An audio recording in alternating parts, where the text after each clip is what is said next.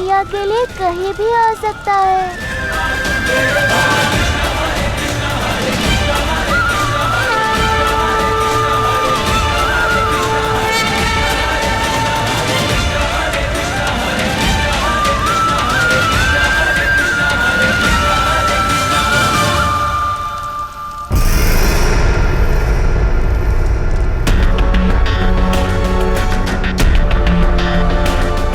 दूर दूर तक कहीं कुछ भी चलता हुआ नहीं दिख रहा है मुझे।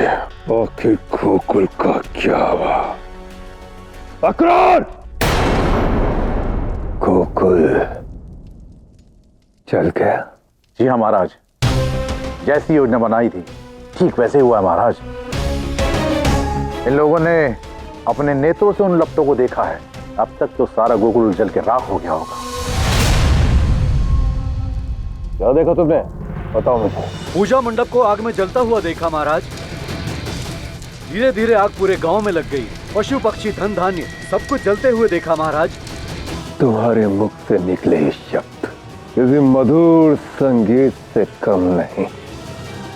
पूरा गोकुल जल गया, गोकुल वासी जल गए। इसका अर्थ है वो मायावी बालक भी जल गया। आखिर मेरी महाबली कंस की इच्छा पूर्ण हो गई। मैंने उस मायावी बालक का अंत कर दिया। मेरा महाबली कंस का काल बनने वाला न ही अपने गोकुल को बचा पाया, न ही अपने आप को भस्म कर दिया सबको।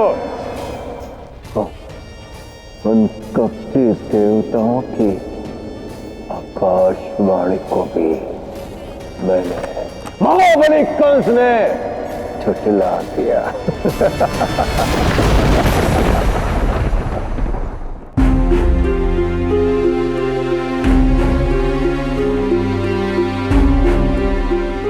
यशोदा उठो।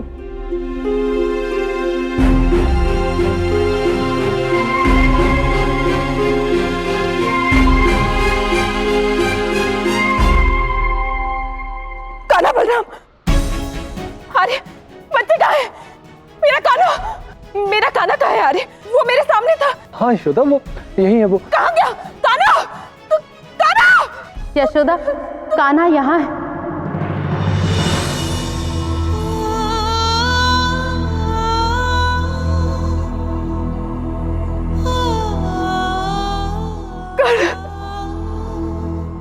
लल्ला, तू ठीक तो है ना? आजा, आजा, मेरा लल्ला।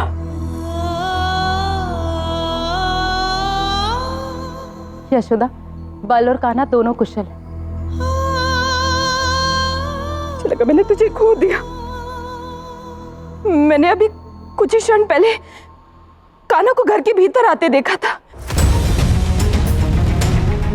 ऐसा लगा जैसे कान्हा ने ही मुझे आग से बचाया। यशोदा रानी, भला इतना छोटा सा बच्चा आग में आकर आपको कैसे बचा सकता है? जब आप हमें यहाँ मूर्छित अवस्था में मिली तब ये हमारे साथ था। कान्हा,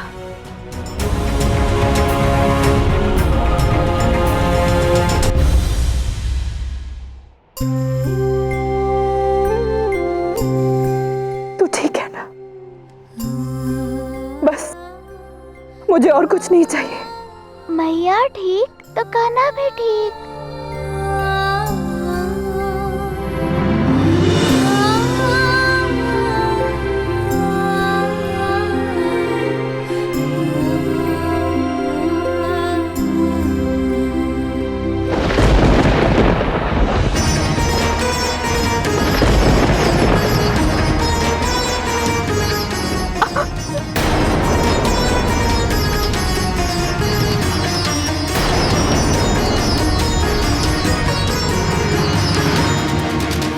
यशोदा, तुम्हें तो चोट लगी है। नहीं नहीं, छोटी सी चोट है यार, ठीक हो जाएगी। किंतु यशोदा, ये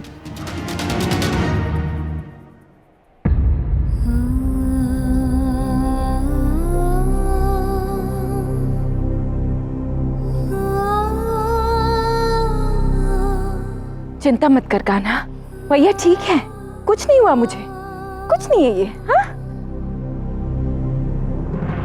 दाऊ, मैया के हाथ के घाव पर लगी इस राख से ही नया सृजन होगा।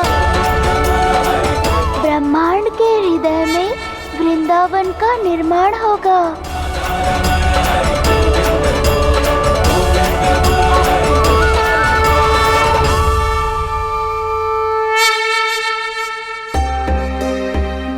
कान्हा की भावनाओं को मैं समझती हूँ, उनके माँ के प्रति प्रेम को, उनकी मैया के दुख को, अपना दुख समझने की भावनाओं को मैं भली भांति समझती हूँ। परंतु अब मैं तनिक भी ब्रह्मांड के हृदय का निर्माण की प्रतीक्षा नहीं कर सकती। मुझे पूर्ण विश्वास है, जितनी सुंदर कान्हा की लीला है, उतना ही सुंदर उसका निर्माण होने वाला है।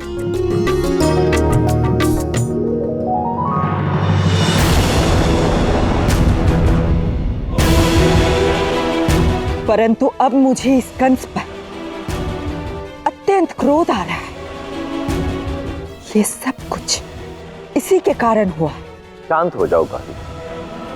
कंस जो करता है उसे करने दो, क्योंकि आराध्य की इस लीला में सबसे महत्वपूर्ण भूमिका यही निभा रहा है। भूल गई तुम? आराध्य ने तुमसे भी तो कहा था कि ये सब उनकी लीला का ही एक भाग है। परंतु महादेव, यदि कंस ये खेल के दायरे में रहकर खेलता तो ठीक था, परंतु उसने अपनी सीमा लांघी और अब उसे मेरा सामना करना होगा और उसे उचित दंड मिलेगा। शांत हो जाओ गौरी और अपने भ्राता की लीला का आनंद लो।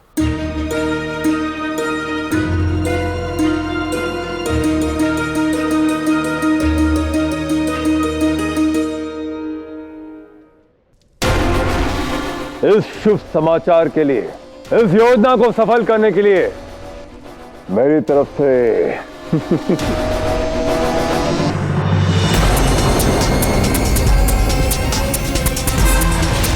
क्या हुआ महाराज? अक्रूर, कहीं ये छल भी तो हो सकता है। छल? अब कैसा छल महाराज? अब तो गोकुल का सर्वनाश हो चुका है। यदि तुम जो कह रहे हो वो सत्य है तो मुझे इसका प्रमाण चाहिए, और वो देखने के लिए मैं स्वयं, ये महाबली कंस स्वयं चलेगा गोकुल। जी महाराज।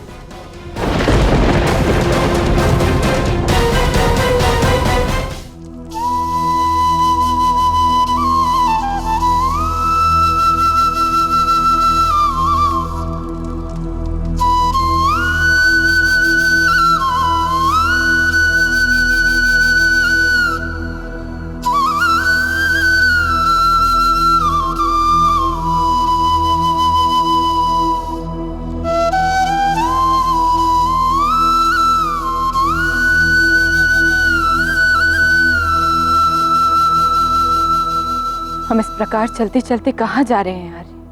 यशोदा, बस रहने के लिए हमें कोई उचित स्थान मिल जाए।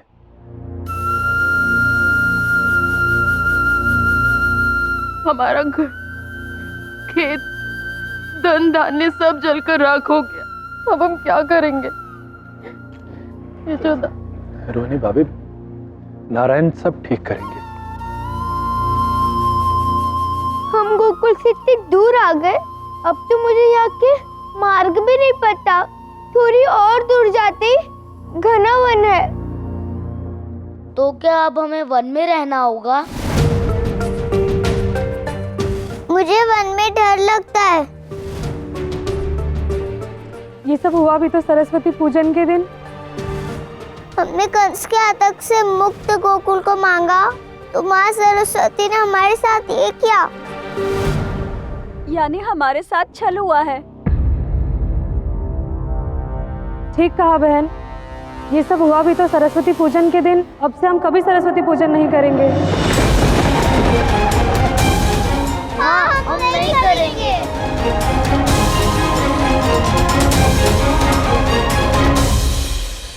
ये क्या नारायण, मेरे ही भक्त मुझसे उदास हैं, विचार कर रहे हैं कि उनकी पीड़ा का कारण मैं हूँ। मुझसे उनकी ये दशा देखी नहीं जा रही। नारायण, ये कैसी लीला है आपकी? आप चिंता ना करें माँ सरस्वती, आपके भक्त आपसे उदास नहीं रहेंगे। यही भक्त आने वाले वर्षों में इस वर्ष से भी अधिक भव्य पूजा करेंगे। ये मेरा वचन है। माँ सरस्वती को देखने के लिए, उन्हें समझने के लिए गोकुल वासियों को जिस कल्पना और बुद्धि की आवश्यकता है उसमें अभी भी कमी है, परंतु शीघ्र उन्हें पता चल जाएगा कि इसमें माँ सरस्वती का कोई दोष नहीं है। ठीक है नारायण, जैसा आप उचित समझें।